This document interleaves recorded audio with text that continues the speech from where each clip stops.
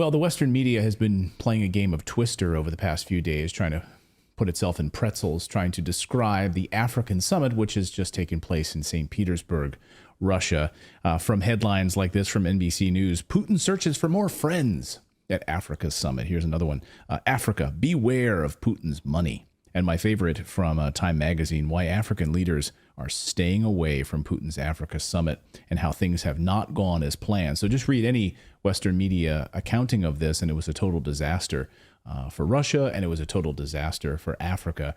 Independent journalist Mike Jones from Earl Grey was there on the scene in St. Petersburg and has been covering this, doing great reporting and a number of interviews with African leaders and journalists as well, and getting a sense of what's been happening in St. Petersburg. And he joins us now. Mike, great to have you back on Redacted. Thanks for coming in.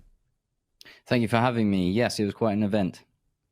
So a lot of moving pieces and a lot of different headlines that I think the Western media has ignored. Why don't we start with, I think, one of the biggest messages we've heard over the past year from Africa, which is the idea of African sovereignty. Like, the West has pilfered resources, the United States specifically, has pilfered resources from African nations for many, many years under the threat of the U.S. dollar and military might and building military bases.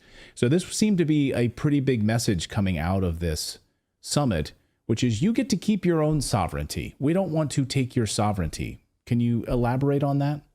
Certainly. I will zone in on President Putin's own words, where he assured African nations that Russia would support them in what he said was protecting their own sovereignty.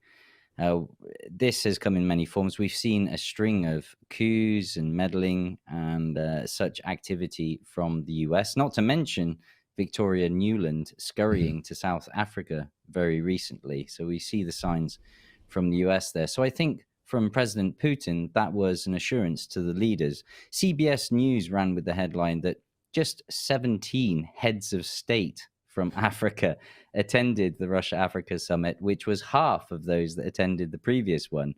What CBS failed to mention was that 32 other countries were represented by high-level officials, including ambassadors, making that total 49 out of 54 African countries, despite the threat of US sanctions, which is a clear signal, and understandable why CBS chose to overlook that little detail there.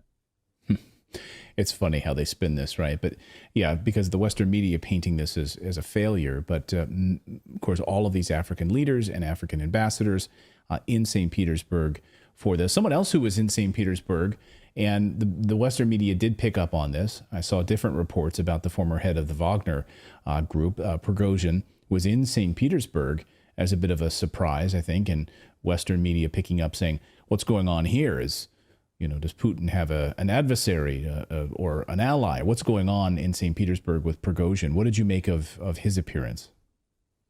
I saw that as underpinning and underlining Putin's message of Russia will support you. Wagner has very positive sentiment towards it on the African continent. Wagner has been instrumental in fighting off the French military, as they have supplied, financed, and supported terrorist organizations in various countries under their former colonial power, not to mention the US. And of course, I would be remiss to omit the British influence as well on that continent as well. So far from being subjected to exile in Belarus, St. Petersburg, which was traditionally Prigozhin's headquarters of both his activities and Wagner in particular, I believe that the West was actually right to pick up on his presence. I detected a sense of alarm almost in some of those headlines, because Yevgeny Prigozhin is no doubt very familiar with many of these heads of state and officials that were represented there, and on very good terms with them. It seemed to be from the pictures that even the Western media presented. So I detect a lot of alarm in these countries, whereby they are actually very concerned that they're losing their grip, and the threat and fear and bully tactics that they've employed to date, that actually not just Putin's words, but there are sort of teeth to back them up. Well, the Western press, Western leaders would say that Africa is falling out of favor, or Russia is falling out of favor with many African countries But we see a number of coups in Africa to kind of speak to the French influence in Africa that really goes against that narrative. Can you explain more about, we saw the coups in Niger, Burkina Faso. Am I missing any other ones? But it seems that this is a denunciation of Western policies more than anything. Yeah, I believe Sudan was another one. Again, I could be wrong there. I struggle and lose track. I've spoken with a general from Somalia, a journalist today from Ghana, who tell me that opposite to the Western narrative, that there is rising support and sentiment in the African continent. We've had Uganda recently enact laws that go against the LGBT narrative or push there, where they're trying to protect the traditional values that Russia tries to uphold. So there's a lot of key alliances and opinion there. And the African people, from their own words, the African officials that toe the US line are most generally the corrupted ones. They've been visited by the economic hitman or the IMF, and they've sold out the interests of their people. Whereas, and this is going back to the times of the Soviet Union, Russia doesn't exert influence so much as offers cooperation and partnership as investment.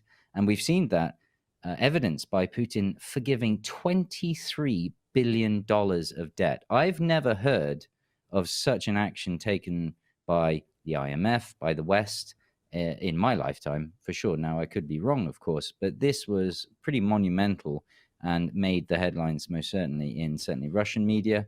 I'm not sure how much the West picked up on that. I didn't see those headlines in any Western press that Russia forgives the debt of certain African nations and the billions that they've done. You bring up a great point about the IMF. This is something we've talked at length about on our show, which is the International Monetary Fund. It keeps these nations in debt in perpetuity, right? And it really prohibits their ability to ever get out from underneath that, to create economic prosperity. Because in order to survive, they need to continue to take this money from the International Monetary Fund. And it's really just a tragic situation. The same thing was happening in Ukraine, by the way, right? Think about the amount of loans that the IMF is having to deal with and dole out to Ukraine, which will be a country that will be in absolute debt for decades to come, what's left of it. So it's a very important story.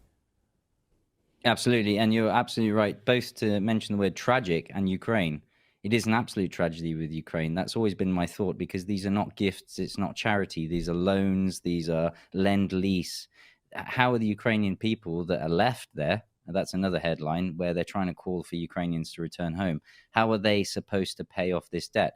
I don't foresee Monsanto walking away from the land that they've purchased for pennies, pittance in there, along with BlackRock, Vanguard, and all the other interests that have, in accordance with the IMF sort of modus operandi, moved in on a country, taken its sovereign wealth, taken away the natural resources. I'll stress that I'd really like to, I've forgotten the political analysts that delivered this, but they said that Africa is not a poor continent. It has been made poor by the colonial powers in the US. It is one of the richest continents on the planet. And I believe Russia and indeed China recognize this, hence why they are proposing trade and partnership and trying to help them. Whereas to date, and for hundreds of years, let's be absolutely frank, the West has pillaged this continent. Putin also stressed that Africa is one of the poles in the new multipolar world. And I've not read that in the Western media, but I think this is why we're seeing almost a seismic tectonic shift on the geopolitical sphere, as this is being said out loud, recognized, and even encouraged and upheld